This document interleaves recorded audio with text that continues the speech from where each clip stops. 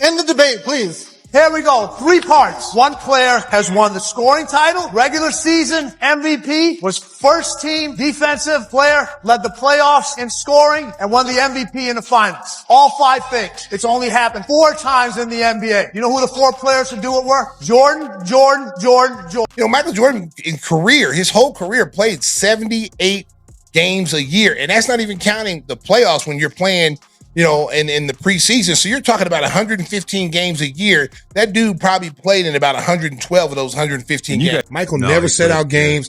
If Michael set out a game, he made sure he played at least 25 minutes so you saw him play.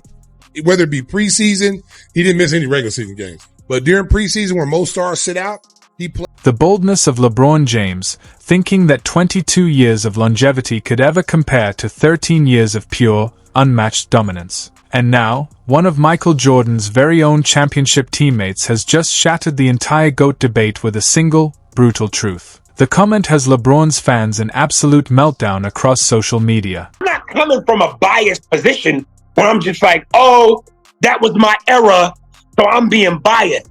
No, my eyes don't lie. I know what I've seen. And as great as LeBron is, and he's fantastic, but he ain't fucking with MJ. Just based off the eye test and the skill level and some of the stats and the heart, nah, yo, no. The basketball world just got a dose of truth from someone who actually lived it. Stacey King, a 3-time NBA champion and former teammate of Michael Jordan, isn't just another talking head on TV. He's a man who witnessed greatness firsthand. And when he spoke up, he didn't hold back. His words hit harder than any highlight reel, sending shockwaves through the GOAT debate. Now, LeBron fans everywhere are scrambling to defend their arguments because the numbers, the legacy, and the truth, they don't lie. It's misinformation. I think they want to control the narrative to make it look like this generation's players are superior. I mean, you look at the Hall of Famers that are in that. The legacy doesn't lie, and Stacey King made that crystal clear. He dropped the facts straight. What LeBron has done in 20 years, Michael Jordan accomplished in just 13.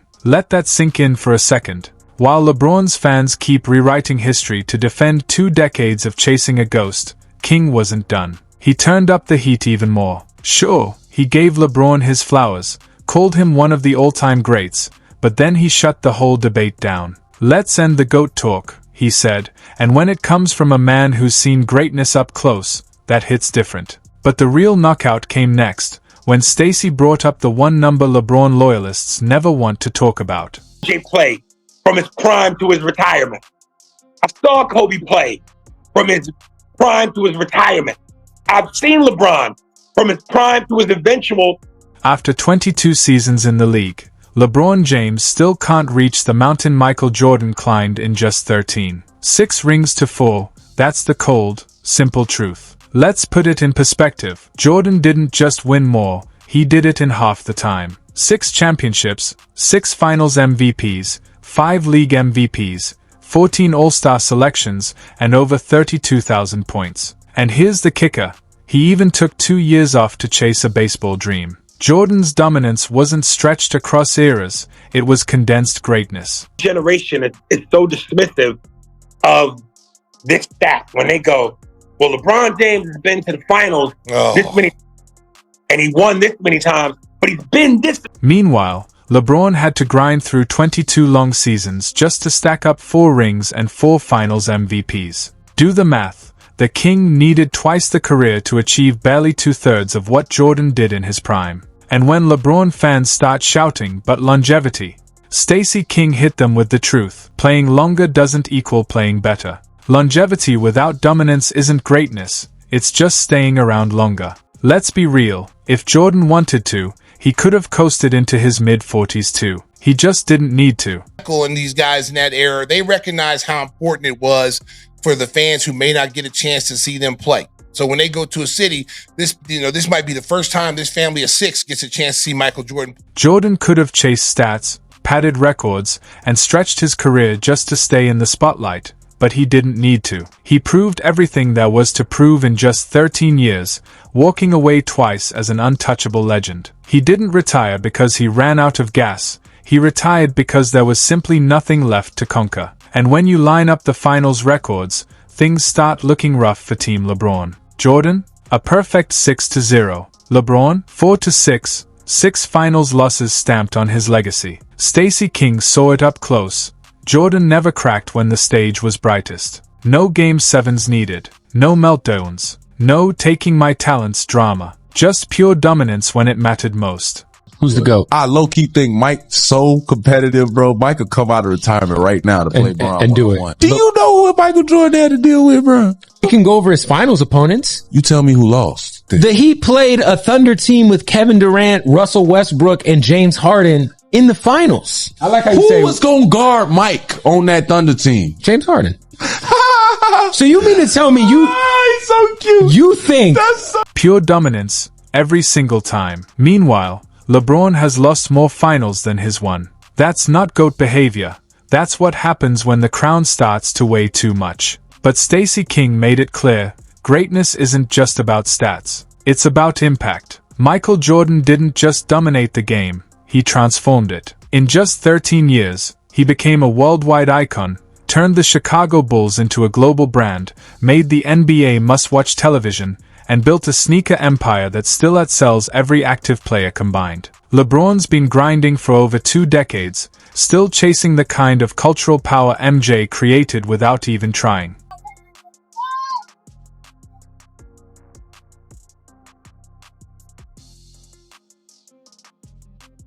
And even after all these years, LeBron's still not close. Jordan's influence went far beyond the hardwood. He owned the culture. Space Jam wasn't just a movie. It was a global event that turned MJ into a legend even for kids who'd never seen him play a single game. Stacey King knows what true clutch looks like because he witnessed it from the best seat in the house, right next to the most cold-blooded closer in history. When the pressure was suffocating, when the moment could break anyone else, Jordan didn't just show up, he took over. The shot over Craig-Ellot, the flu game, the iconic shrug in Portland. Every time the world held its breath, Jordan delivered. Jordan. Number 2, if you own a pair of Jordans or have a pair of Jordans on, stand up. That cold-blooded dagger in Utah, that was Jordan sealing his legacy in real time. He never flinched when the lights were brightest or when the world was watching. Now, LeBron, let's be honest. We all remember Dallas 2011. The moment he was supposed to rise, he vanished. The pressure swallowed him whole,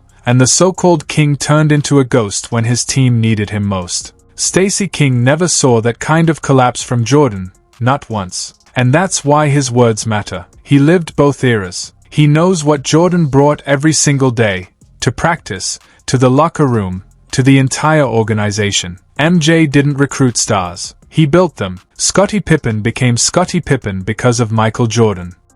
Winning has a price. And leadership has a price. So I pulled people along when they didn't want to be pulled. I challenge people when they don't want to be challenged. And I earned that right because my teammates came after me. They didn't endure all the things that I endured. Rodman went from wild to iconic under Jordan's leadership. Steve Kerr became a clutch legend because MJ set the moment up for him. Jordan didn't just play with teammates, he forged them into champions by demanding nothing less than greatness. That's the difference. LeBron's never had that same effect. He doesn't elevate role players. He needs a roster full of stars just to stay in the fight. Miami's Big Three, Cleveland with Kyrie and Love, the Lakers with AD, every run came with an all-star safety net. Jordan didn't need that. He was the system. I was with Michael Jordan, not last summer, summer before last. We ran into each other in Europe. And he says, Irvin, I don't know why these guys, because if you look at his record, he almost played every game like 5 or 6 times throughout his career. He didn't miss one game. He played in every game. We wanted to play in every game. Pat Riley or our trainer, Gary Beatty, had to make sure that they said, no. Don't put on your uniform. Don't come sitting on that bench because you would want to play because you want to play for your guys in which. The man always needs backup just to compete. And that weak era excuse? Please, try selling that to Magic, Bird, Hakeem, Karl Malone, Stockton, and Barkley. Those weren't just players.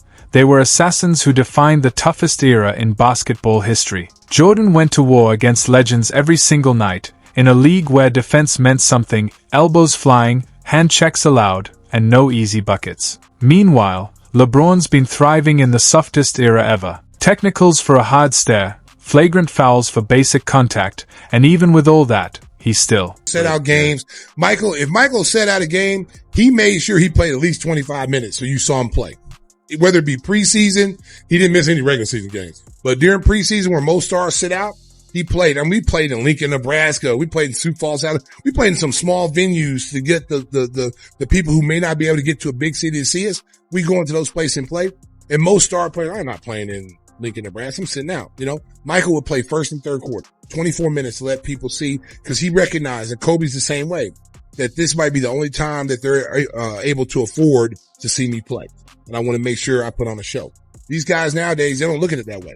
The fans pay these enormous, these crazy salaries. You owe the fans everything you got.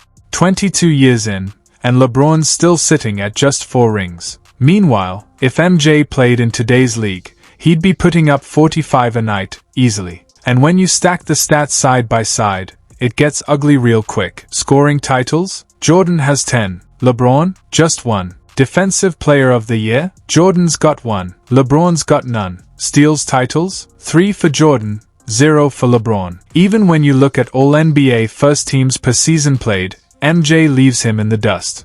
But here's the knockout punch. Jordan's career scoring average sits at 30.1 points per game, while LeBron trails at 27.2. Jordan didn't just score more, he did it more efficiently, with more control, and on both ends of the floor. Stacey King didn't sugarcoat it either. He said flat out, LeBron won't even pass legends like Kobe, Kareem, or Wilt. Just think about that. Jordan's own teammate doesn't even see LeBron cracking the top 3 all time.